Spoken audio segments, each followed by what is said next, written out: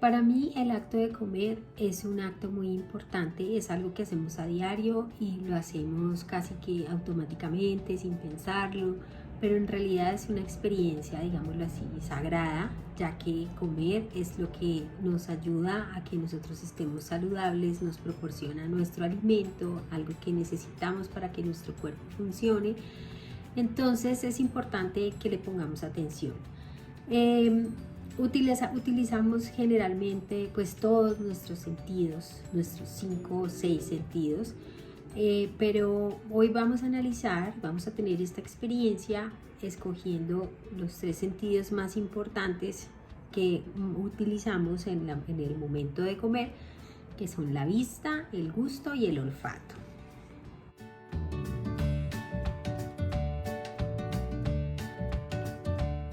Es posible que yo pueda reconocer este objeto gracias al sentido de la vista, porque mediante el hecho de verlo y observarlo, esto se guarda en la memoria y yo ya sé al verlo que esta es una fresa.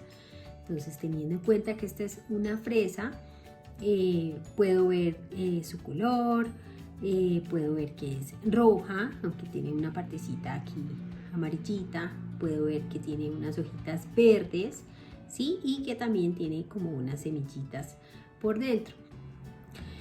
Cuando enfoco mis ojos hacia el objeto que estoy mirando, este estímulo llega a la retina, que es una capa que tenemos en el ojo, que recubre el ojo y tiene varios tipos de neuronas que transforman la luz en estímulos eléctricos. Bueno, esta imagen llega a los conos y a los bastones, que son los encargados de distinguir la luz y el color del elemento que se está observando. Los bastones responden al nivel de luz y los conos a los colores. Se dice que los conos distinguen más o menos o pueden discernir más o menos una gama de 7 millones de colores, mientras que los bastones sirven como para la vista en blanco y negro. Bueno, los bastones tienen una visión periférica y son más sensibles a la luz. No perciben los colores, es decir, los perciben un poco menos, son más como para la visión nocturna. Luego de esto, ellos envían la información por medio de las células bipolares que transmiten el estímulo a las células ganglionares. Cuando los axones de las células ganglionares se unen, se forma el nervio óptico. Este lleva la información hasta el quiasma óptico, donde se bifurca y se dirige a ambos hemisferios cerebrales, el derecho y el izquierdo. Luego esta información llega al tálamo y de ahí pasa a la corteza cerebral. Luego se envía un impulso a la corteza cerebral, a la corteza visual primaria, donde se va a empezar a identificar la información como de la forma, el tamaño y el color del estímulo, en este caso de la fresa. Entonces, gracias a este proceso podemos identificar qué es lo que estamos viendo. Bueno, ¿cómo funciona realmente el sentido del tacto?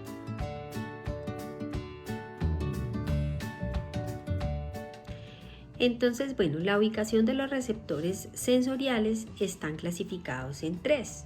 1, la exterocepción, que procesa la información sensorial proveniente del medio externo. Es decir, cuando yo toco un estímulo, cuando yo toco un objeto, lo siento, porque aquí están las conexiones en la dermis y en la epidermis.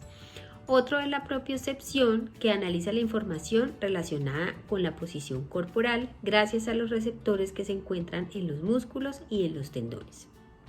Y 3, la interocepción, que procesa la información proveniente del medio interno.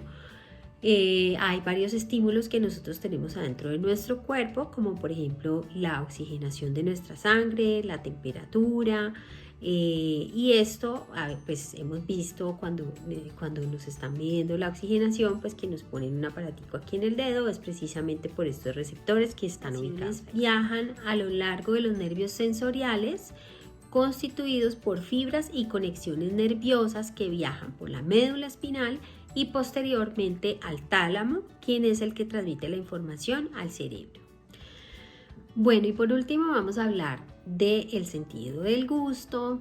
Digamos que el gusto es absolutamente importante e indispensable en este proceso de alimentación, ya que es el que nos permite disfrutar y tener una experiencia agradable o desagradable, y esto es definitivo. Entonces aquí, por ejemplo, vamos a probar esta presa.